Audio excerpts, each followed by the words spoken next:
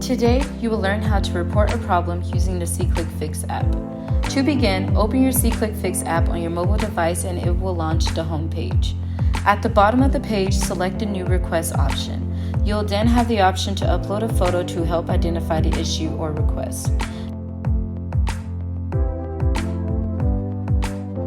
Next, you'll be able to pinpoint the location of the issue.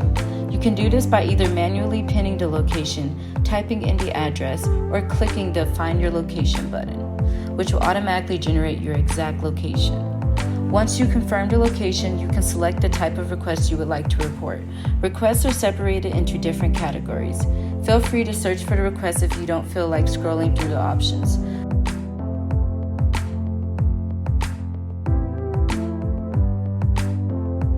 After selecting the request, the app will ask you to fill out the necessary details.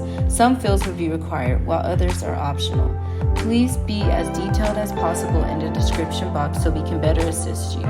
Once all the information is inputted, click Submit. After submitting the request, you'll receive a confirmation that the request has been submitted. You'll have the option to share it with your friends.